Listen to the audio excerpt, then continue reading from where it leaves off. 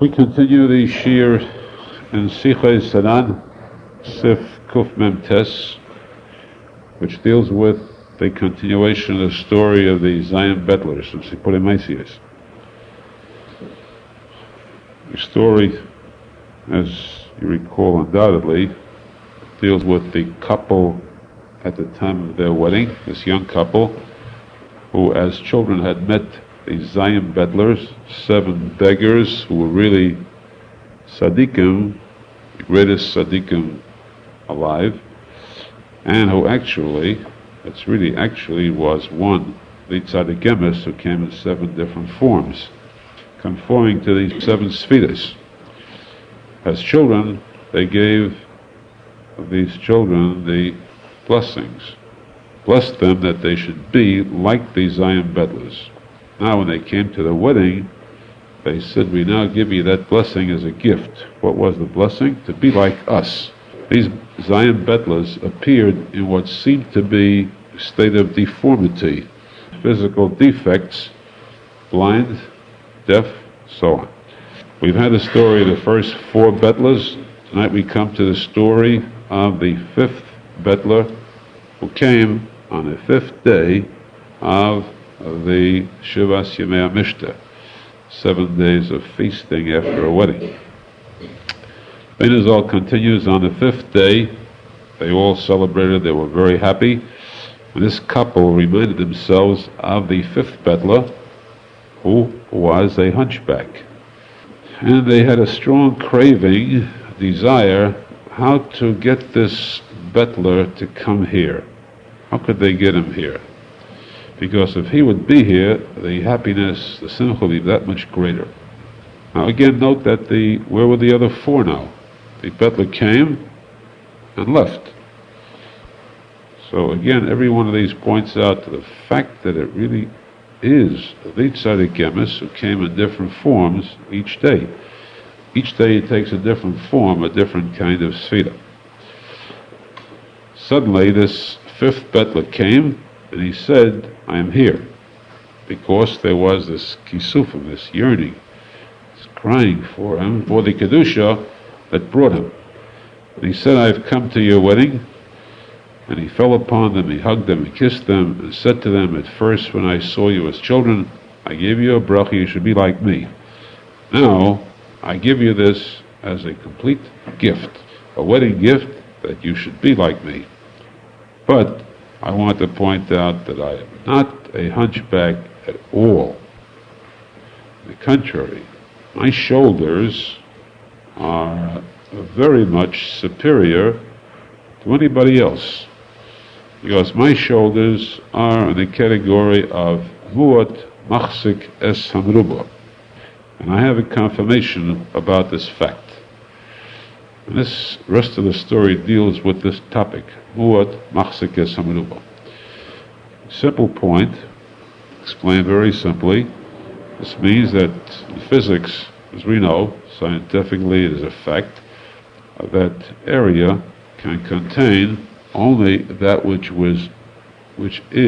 can fit within the boundaries of that area.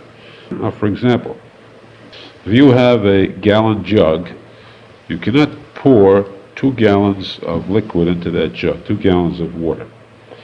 If you have a tract of land that is 10 yards by 10 yards, you cannot place anything which is 20 yards by 20 yards on that area, because each area or amount of mass, square, cubic content can hold only that which it can contain, not more than its own size. There are cases, though, where a muat, that means a small amount, machzik es hamruba, can contain more than its own amount. That's against the laws of nature, against the laws of science. Here, this Betler said, my shoulders are the type, the quality, they have the ability of the muat, little. How big are they? How big are a person's shoulders? They are small size, yet they can contain a lot, much more than they themselves. Now, of course, it is possible, let us say, for a person, any person, to have that ability. A person whose shoulders are 20 inches wide, for example, can have something on his shoulders that's 40 inches wide to carry it. This shoulders can take on themselves more than their width. Or a person who weighs 150 pounds could carry on his shoulders a weight of 160 pounds. It is possible. When we say mu'at machzikas hamruba here, we're speaking about something which is unusual, which is, in a sense, supernatural, as we will see. And this the Bettler proceeded to explain. He said one time there was a discussion among a group of men, apparently great men, great tzaddikim, who each one boasted or prided himself about possessing this quality. They were endowed with this power of being able to take more than the normal. Mu'at machzikas hamruba.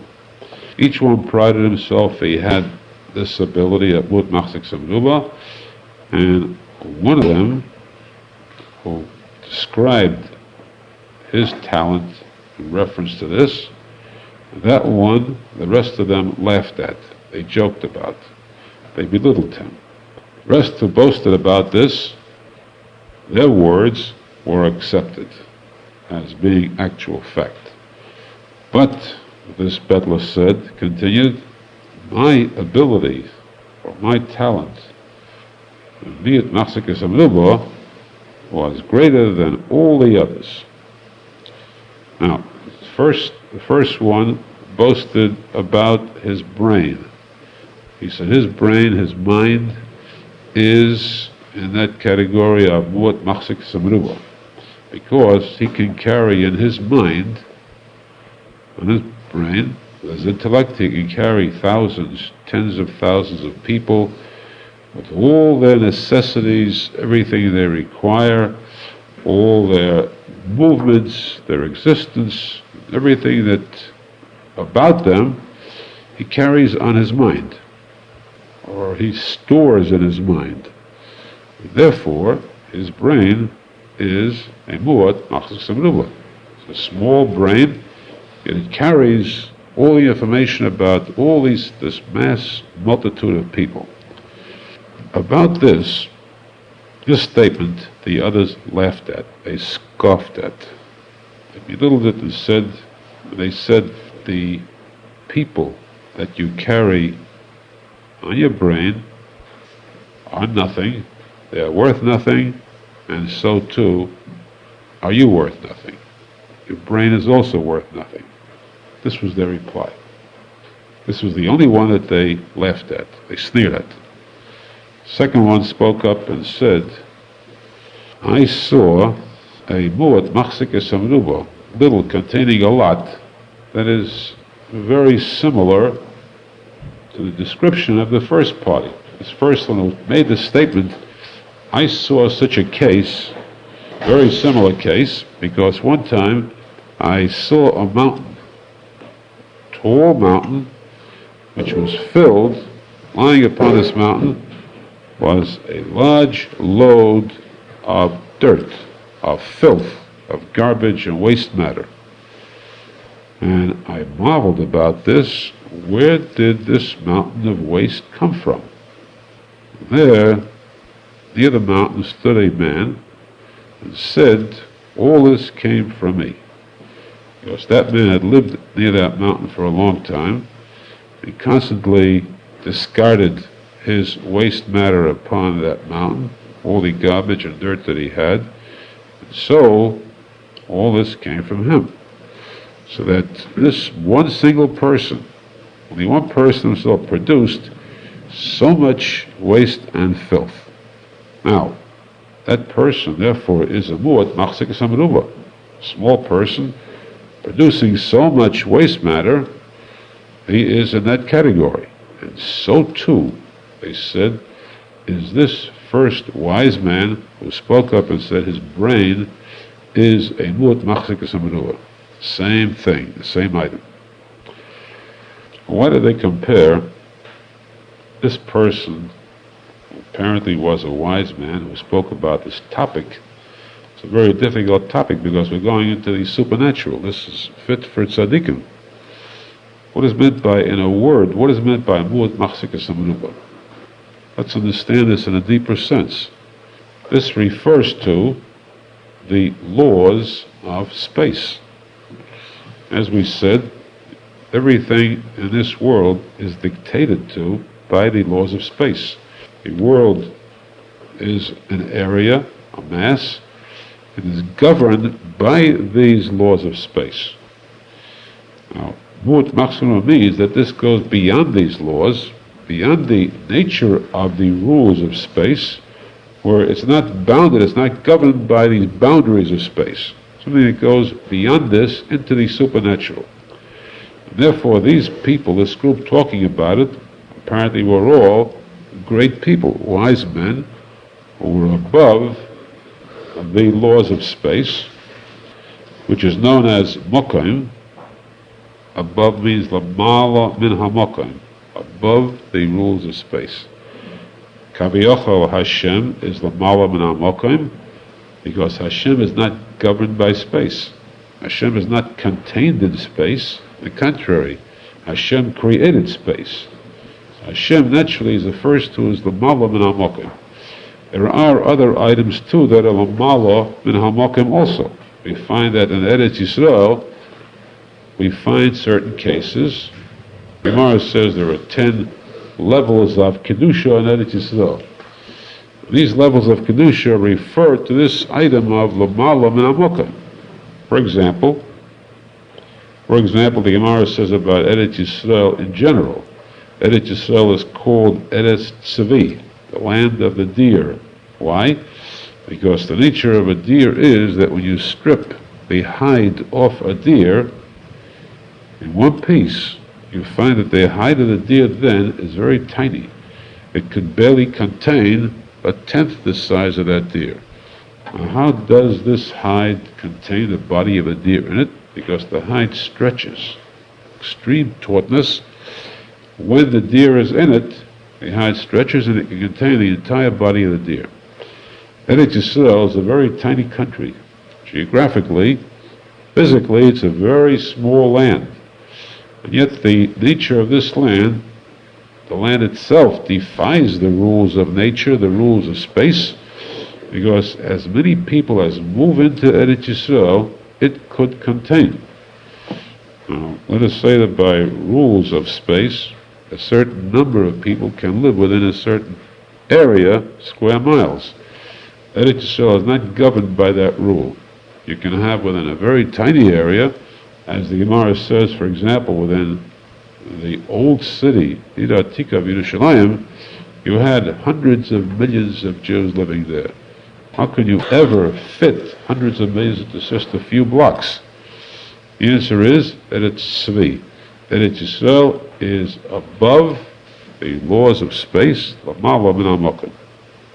Mishnah goes further to say that the higher you go in Kedusha, the less that place is governed over by the laws of space, because Yerushalmi, which is the holiest city, there it says in Pirkei Avos that when all the Jews of the entire land assembled in Yerushalmi, there was never a shortage of room to sleep in, beds to sleep in. No one ever complained he couldn't find a bed in Yerushalmi when they visited during the 3 holidays of the year. Which means that Yerushalmi was still in a higher degree, l'mala min hamokaim, higher than the rules of space. And so forth, still further in the Azodah, in the yard of the Beis HaMikdash, and then all Jews of Eretz Yisrael and of Yerushalmi combined, assembled in the yard of the Beis HaMikdash, and there they stood together. How large was that yard? Just a few hundred yards. Talking about a very tiny area now. All the Jews in Eretz Yisrael stood in that yard, a time came to bow. Suddenly there was enough space for everyone to bow. And in Tzvufim, they stood erect, close together. When they bowed, there was a lot of space. How come? Again, because this defied the laws of nature. This was not dictated to by the rules of space. This was l'mala min hamokim to a higher degree. We'll see that this went still further. Still wasn't the peak of l'mala min hamokim, as we get to later on. Now here, therefore, these were great people, tzadikim, or wise men, who were discussing the fact that they had attained a level of kedusha that was l'mala min hamokim. The first one who made his statement, which was sneered at, his statement was that he had a brain that contained thousands, tens of thousands of people, and all their needs, all their movements, and so on. Why was he sneered at? Because this person was a leader, one who had a leader of Chassidim. He had a lot of Chassidim. He was their leader. He was known as a mefursam. Mefursam means a leading Rebbe, so-called Hasidic Rebbe, who had a lot of followers, and all came to him with requests, whatever they needed. He led them, he guided them, but the others recognized him to be a mefursam shel sheker, false leader, same as a false Mashiach. Arizal says that one who is not fit to be a leader, one who is not fit to be a meichiach, one to give musar, to reprimand, to teach, that person, instead of correcting and perfecting his followers, is mavish recham, he spoils the neshama. Reach is the neshama. He spoils the neshama, he harms their soul, he causes them a tremendous loss, causes them to fall much deeper into tumah than they were before. Therefore, they said to this first man, first one who made the statement, they said that people that you carry on your brain are nothing because you have destroyed them. And so too, you are nothing because you are sheker, you are a false leader. And that is why they compared him, very fittingly, to this person next to a mountain of waste matter. Just we say spoiled. Arizal says he causes the reach, the neshama is the reich, the smell, to defile, to spoil that smell. That's why it was compared to this mushal of this man next to the mountain. Now the second one, here we begin to speak about these great tzaddikim. The second one boasted about the fact that he had the ability, the power of mu'at machzik, some little small amount that can contain a lot, because he had a plot of land, a parcel of land, parcel of ground in a certain land that produced a lot of fruit, very large amount of fruit. And after considering, taking into account all the fruit that came forth from that parcel of land, they saw that it's impossible for a piece of land that size to hold so much fruit, because there isn't enough room in that small area to hold that much fruit as was produced. Therefore, this proves that he is mu'at machzik esamruba. He has, or he is, one small amount of space that can contain within him a lot. His words found favor in their eyes because this was true fact. That in his case it was a mu'at machzik esamruba. And of course here too it's very difficult to understand this, because it would seem that every field in the world eventually produces more fruit than is found in that field. Every vineyard will produce more grapes in the area of the vineyard. What is special about this person?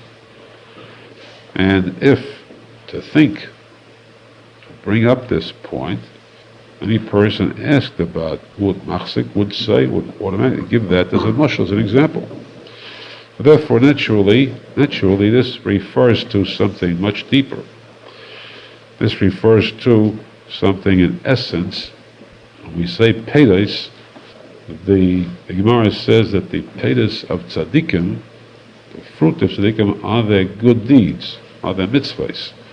The mitzvahs are such that they affect heavenly worlds. One section of heaven is far greater than this whole earth combined. So he said this small land, this small world, this person, this unit, this organism, this tzadik, produced fruit, ma'asim tovim, that affected tzinitis, it lit up the heavenly worlds that are so vast in size, all affected by this tiny bit, this tiny human being. This is a true case of mut machzik esamruba. One, of course, who was that great a tzaddik that he can perform such deeds. The next tzaddik spoke about the fact that he had an orchard which produced fruit. The fruit was so marvelous in quality that people traveled from far and wide. People, high officials, important individuals came to gaze at the wonders, the beauty of this orchard, especially in the summertime when obviously there's more of a production, fruit grows better then. Many people, countless numbers of people came to walk through this orchard and to gaze at the beauty of it. Now, in fact, in truth, there isn't enough room in this orchard to hold that many people at one time. So surely this is a case of muat machzik esamruba, that this small orchard can contain all these people who come to visit it. That is an actual case. These words found favor in their eyes too. And again, of course, we would simply ask the question, Havdol b'Yelef Havdolas, if you take any place on Fifth Avenue, Times Square, within 1 hour, you can have more people walk over that plot of ground, that parcel of ground, than thousands of times more than can fit on that parcel of ground. So what makes this orchard, what people came to look at, stare at, greater, more than the case of any other place where people visit? Again, of course, we're speaking about a great tzaddik. We're speaking about the fact that he spread, as we say, orchard is pardes, his words of Torah, with the words of Torah and drush, pshat, nemes, drush, and soid, aboa. This others became filled with the beauty of this Torah. That is something which not everyone can accomplish. A great tzaddik, with his small amount of words, comparatively, relatively, can fill the neshamas of so many people. Neshamas, the neshama which is in the mind, the mayach, fill their mind with such a depth, such a vast knowledge and beauty that is found in his words of Torah. Now, these interpretations that we just mentioned are not written anywhere, but we're taking something which is obvious. If you study these words, for some reason they are not mefoshim, they put a message to not bring any interpretation of these statements. Apparently because it's obvious from the words of this story that this is speaking about tzaddikim who contain these powers. You can recognize in these words this is what it refers to. The next one said that he also is one in that category of mut machzik esamruba, small amount that contains a lot, because he is the royal secretary to the king, and to him come all peoples, all types of people with statements about the king, remarks, to offer praises about the king, or with special requests. And all these people who come, it's impossible naturally for the king to hear all their statements. The tzaddik said, I gather all their words and I put it into capsule form. A few words And I tell the king all these items, everything that they come, thousands of people come to speak to the king. I take all their statements, and in my few words, I can tell the king everything they have said. So my few words, my power of speech, is muad machzik samaruba. Small amount that contains a tremendous amount. And they all said this is true. This person is a great tzadik. And this, of course, refers to Arizal's words in Torah Beggars, and all these people who have praises to the king, requests to the king. That's the tefillah. Tefillah is filled with shvachim, praises to Hashem, and bakoshes, requests. People who bring their tefillah, and they kasher their tefillah to the tzadik emes, who then with his own tefillah, his own one tefillah, his mala brings up all the tefillahs of the Jews that are mektusha to him. Again, as we say, this is not written, it's obvious from the words, the Arizal's words, that this is so. The next one said that he has a power, which is displayed by the power of not his speech, but his silence. His silence is such marvelous nature that he has a lot of people who harass him, who attack him, who insult him, who speak badly about him, who slander him. All these Baalei Lashon Hara speak about him with such slanderous words. All these pile up, all these accumulate.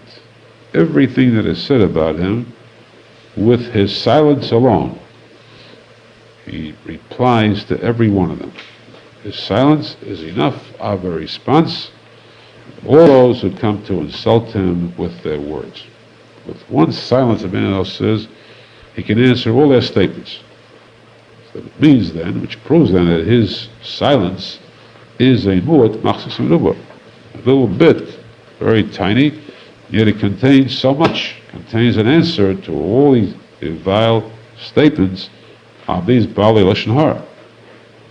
This Arizal said to Tedevov, Daim, Hashem is chelei v'yapilcha chalolim chalolim. If a person is those great tzaddikim who are called as powerful as the sun, that when they are embarrassed, they do not retort. When they are insulted, they remain silent. Their silence is such that it answers to, it replies to all those that insult him, replies and even destroys all his attackers. Just one single act, silence alone. And therefore, here, this tzaddik said that his silence is a mu'at machzik menuba. One drop of silence is greater than all this vast amount of Lashon Hara. Next tzaddik said, I have the ability, the power of mu'at machzik menuba. Of course, there is one individual who is very poor, and he's also blind. This poor individual is very big, very tall.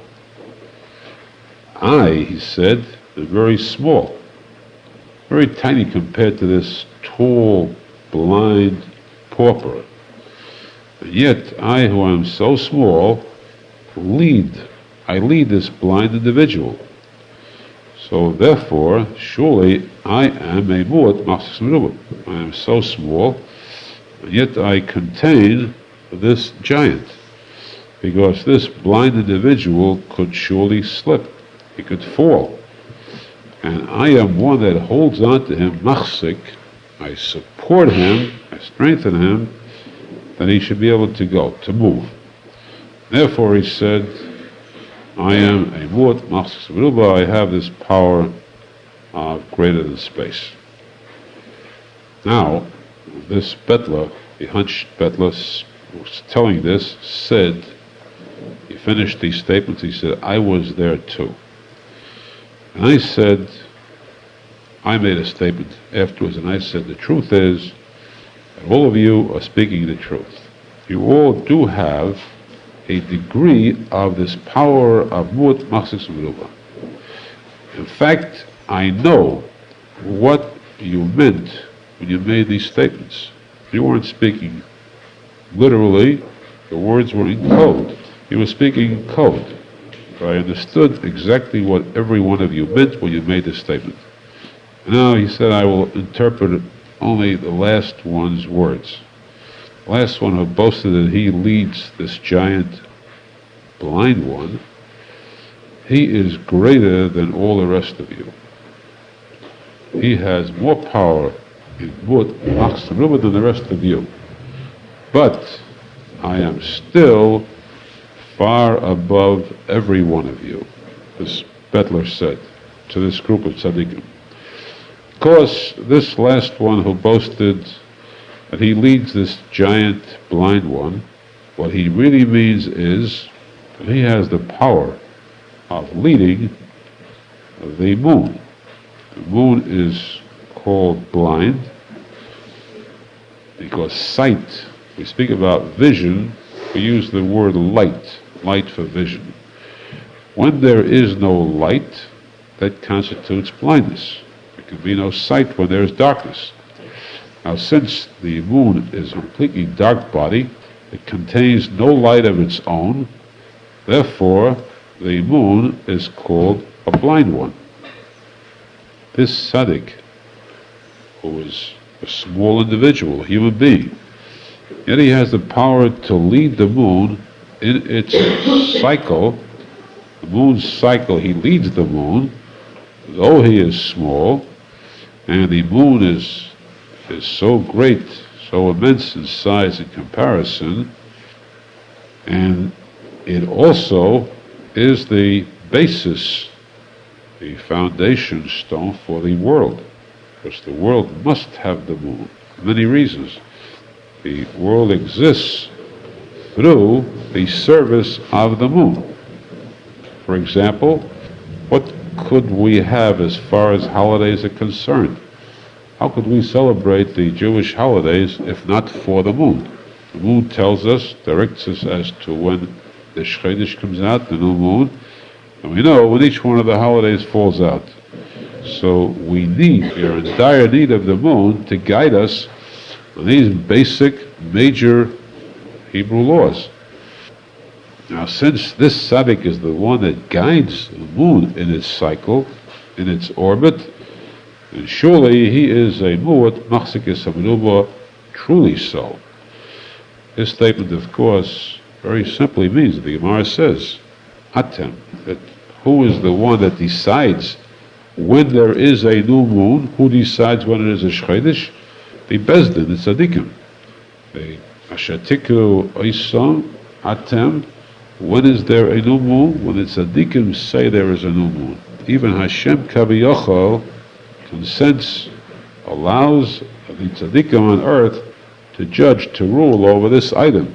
It is not decided in heaven, it is decided on earth when there is a new moon. So it means then that the tzaddikim guide the moon, and this Nasi, the head of the Bezdin, is the one that declares, he makes a declaration when there is the new moon.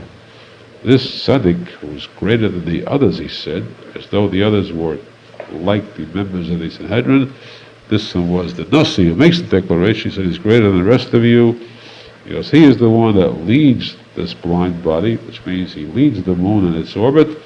He determines its orbit, determines the time when the moon is considered newly reborn, and which in turn determines the holidays of the year. He is greater than you, he said, but I am still greater than he is, greater than all of you, when dealing with this power of mu'at machzikis hamenuba. Because, he said, I have proof. This was not said in the sense of boasting, conceit, chas v'shalom. This is the simple, true words of the tzaddik emes, who is the malam in amokum. Here, of course, we point out, again, this was a very noteworthy item, matter of information. We are now dealing with the fifth Bettler. If you listen, you learn the story carefully, you will note that these 7 Bettlers naturally correspond to the 7 days of the week, correspond to the 7 Sfidas, from Chesed to Malchus, and each one came forth with an item that is fitting for that tzadik. We are now at the fifth Betler of Hayd. It's strange, it would seem, it would appear to us that the fifth one should have followed the third, because these two are in close proximity. Third Betler, if you recall, was the Betler who created, in a sense, created time. He brought the Chasadim to the Tzadik Chesed Shalemes, which gave a new day, which brought about a new day each day, and kept the world going. So that Betler, the third day, was the one who was the Mala Min Hazman, above the conception of time. The fifth Betler is the Mala Min Hamokai, above the concept of space. Time and space, according to nature, have their boundaries. However, the tzadik, heavenly form, is above these rules of time and space. Note, though, that we have in between the fourth Betler. Fourth Betler, Netzach, is the one who holds the middle, the Vav, the tzadik, middle of these two. Netzach is the one that we said that will bring together these two birds, bring together the Shekhinah and its master to bring about the Geula Shlema. This Vav, the Netzach, Tzadik Emes in the middle, holds the other two Tzadik in the power of the Mokim and Zman, which is necessary, combine these heavenly forces in bringing about the Geula. Now this Tzadik, this Betler, is speaking about his powers of Lamala Min Hamokim, above the concept of space. Now said, I will proceed to tell you, give you proof about my powers. He said, I'll tell you a story about this. One time there was a group of people seated about. This group were naturally very great tzaddikim. And they discussed a problem, an item in very much depth. They discussed the fact, by nature's law, every animal desires to be in the shade rather than in the sun. Each animal would prefer a certain type of shade to protect itself from the sun. Now, this is a natural instinct in each animal. They prefer its own type of shade rather than other types.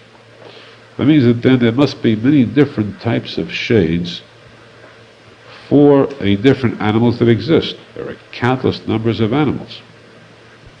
So too, there are countless numbers of birds, species of birds, different types of birds, and each bird prefers to rest on a certain spot, preferably on a certain branch or a certain type of twig on a tree, a different type of tree.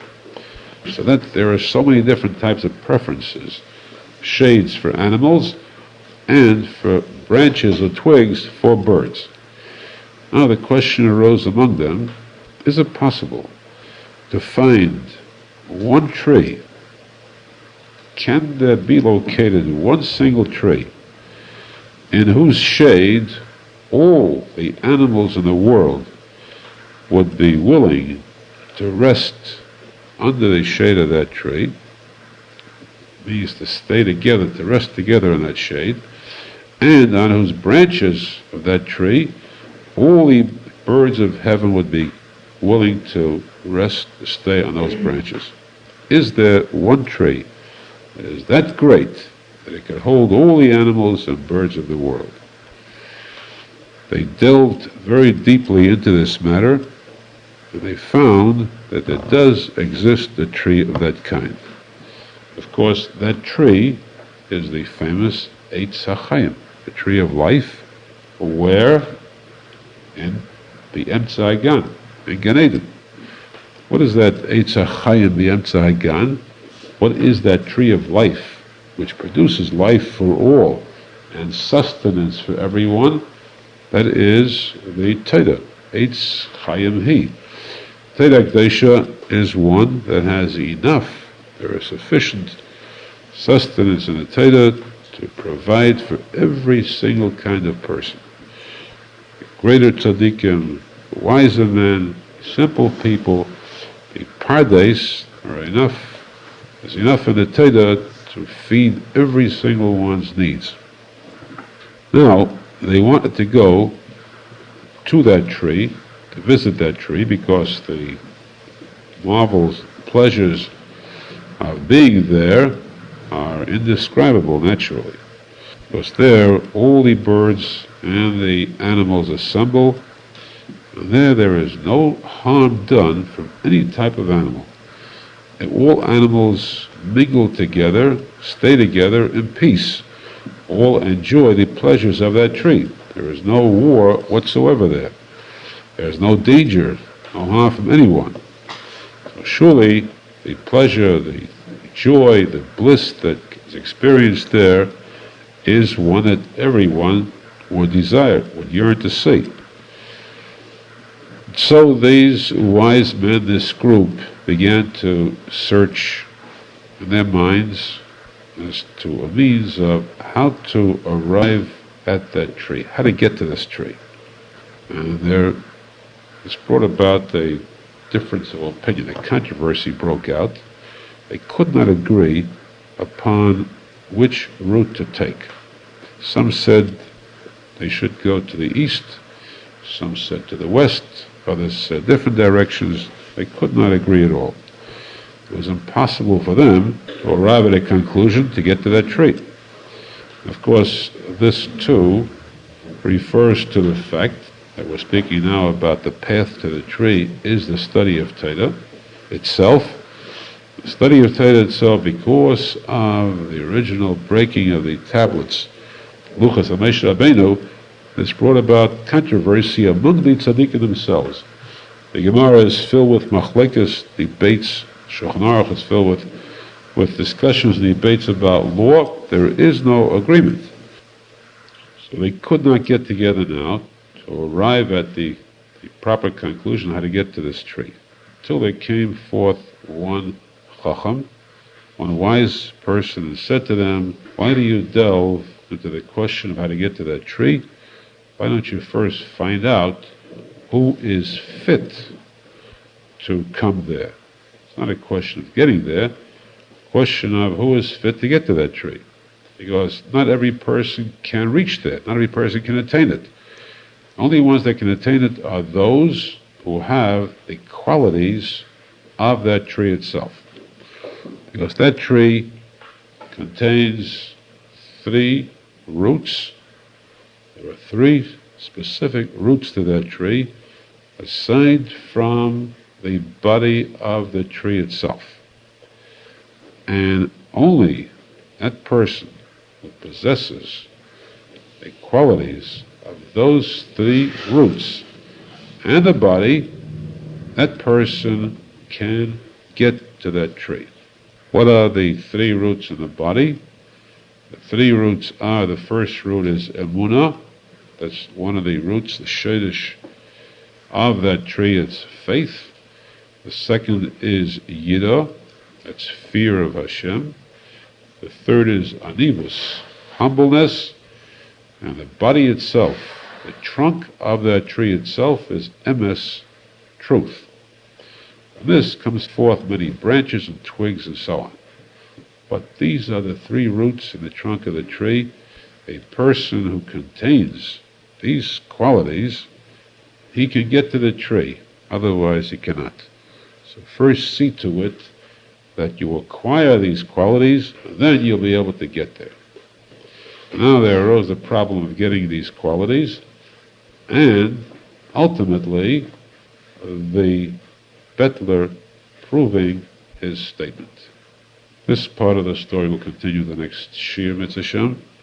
And again, as we see, as we proceed further into the story, how we meet the depth, the in-depth, inside of the depth of the greatness, the kedusha of the tzaddik emes. Ashrenu Matev Chalkenu, that we are zecher to speak about these tzadik emes. One tzadik who possesses all these qualities of these Zion Betlers, that is Rabbeinu Zal, and with that emunah and his kashrus to the tzadik emes, to Rabbeinu Zal, we are certain will be zecher to receive also this gift that he gave to this couple. We too should be included in the recipients of that gift, see the ultimate work of the tzadik emes, helping to bring about the Gula Shlema.